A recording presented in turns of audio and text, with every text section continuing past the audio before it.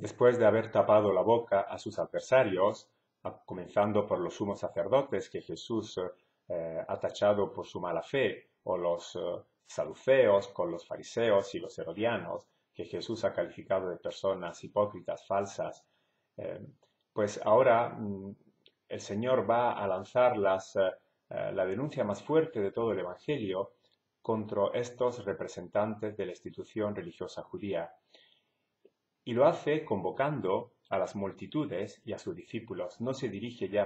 más a ellos, sino como hizo al principio de su misión, de su predicación, subiendo al monte para proclamar las bienaventuranzas, cuando Jesús pues también convocó a las multitudes y a los discípulos, lo mismo hará ahora, para recordar cuál es la enseñanza que tiene que guiar sus vidas. No la enseñanza o la doctrina de estos letrados o fariseos, que es una doctrina como se ve en este episodio al principio del capítulo 23 de Mateo, como algo completamente falso, sino una enseñanza que va a dar vida verdadera a las personas que la practican. Y Jesús, dirigiéndose a las multitudes y a sus discípulos, dice: en la cátedra de Moisés han tomado asiento los letrados y los fariseos. En las sinagogas antiguas había reservado un lugar a Moisés, recordando cuando Moisés dio la ley al pueblo, y este lugar, pues este asiento, era como para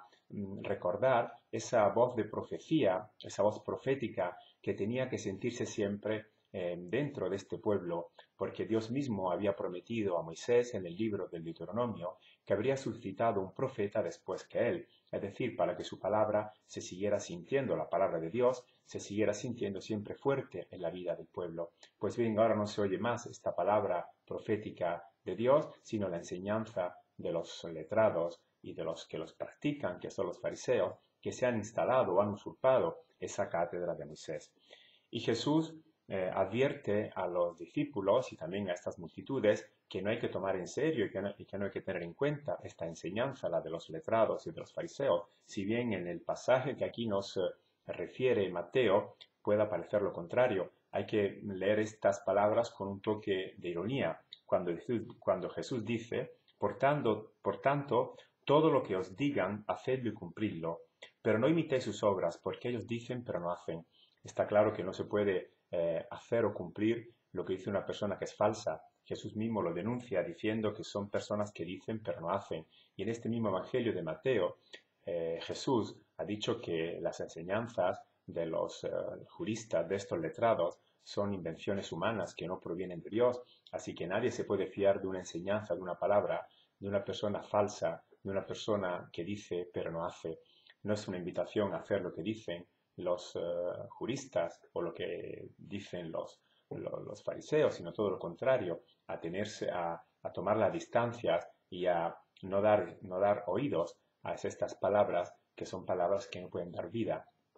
a la persona, porque Jesús mismo lo recuerda con esta expresión: lían fardos pesados, esta imagen, lían fardos pesados y los cargan en las espaldas de los hombres, mientras ellos no quieren empujarlos ni con un dedo. Una enseñanza que no pone al centro el bien de la persona humana. Esta era la doctrina de los letrados y que practicaban los fariseos, sino una enseñanza que está centrada en observancias, en normas muy severas, en amenazas para aquellos que no las cumplieran. Es decir, no se puede llevar la vida adelante con este peso insoportable en el que todo es pecado, en el que se siente el peso de la culpa o en el que está presente la amenaza de un castigo por parte de un Dios siempre que se ofende, porque los hombres, los seres humanos, no son capaces de practicar lo que Él exige. El Señor recuerda que de todo esto tan inútil, pero tan pesado, los primeros a no querer llevarlo ni poder ayudar a ello, pues son los juristas, los letrados, con los fariseos. Y ahora pone en claro cuál es el objetivo de esta doctrina y de esta actitud que mantienen los letrados con los fariseos, estos representantes de la institución religiosa judía. El objetivo no es otra cosa que llamar la atención y que alimentar esa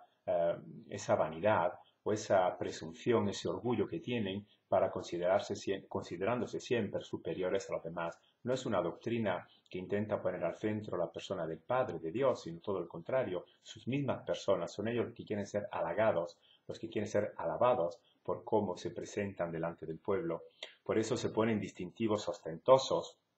Mateo habla de filacterios y de flecos, es decir, eran como una serie pues, de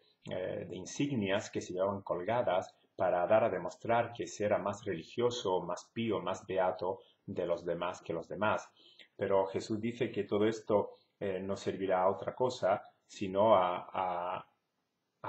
tapar, a cubrir ese vacío interior que llevan, un vacío que también se caracteriza, o una miseria interior que se caracteriza por esa ambición de querer siempre ocupar los primeros puestos de los banquetes para comerse las porciones mejores al lado del anfitrión, y en en las sinagogas pues puestos reservados, separados del resto de la gente, para dar a entender que ellos eran personas superiores, más importantes, o bien pues tener reverencias por la calle y también que la gente los llame rabí, monseñor, mi grande. Son toda una serie de actitudes que dan a entender lo que se esconde detrás de toda esa apariencia de santidad. Se esconde una vida estéril, una vida vacía, una vida pues miserable, pero que por eso mismo también pues hace daño a la vida de la gente desde el momento que estos personajes, estos letrados y fariseos, pues no tienen alguna intención de romper con toda esa hipocresía, con toda esa falsedad que la misma religiosidad que llevan fomenta.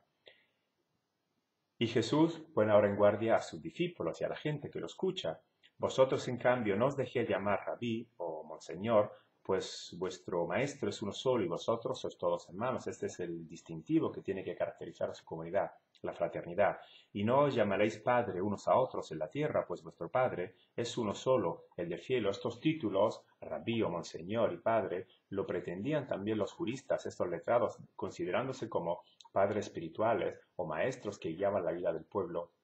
Jesús no está de acuerdo con ello, el único maestro es el Señor y el único Padre es aquel que nos da la vida verdadera, el Padre del cielo. Y por último añade Jesús, y tampoco dejaréis que os llamen directores o guías, directores espirituales o guías o líderes, porque vuestro director es uno solo, el Mesías, aquel que ha dado la vida por amor de todos nosotros. Y Jesús dice de qué manera hay que vivir entonces en el interior, dentro de la comunidad cristiana. El más grande de vosotros será servidor vuestro. El término que usa Mateo es diácono, que significa aquel que libremente decide ponerse al servicio de los demás, y lo hace con amor, lo hace porque realmente está convencido de que esta sea la actitud pues más auténtica y más importante de su propia vida. Jesús recuerda que esto es lo que engrandece a la persona. No los que se ponen por encima de los demás son personas grandes, estos caen uno detrás de otro, sino los que ponen su vida al servicio de los otros. Estos pues vienen encumbrados, vienen levantados, se ponen a la misma estatura del Padre, porque el Padre del cielo es así, es aquel que se abaja para poner toda su vida al servicio de cada uno de nosotros.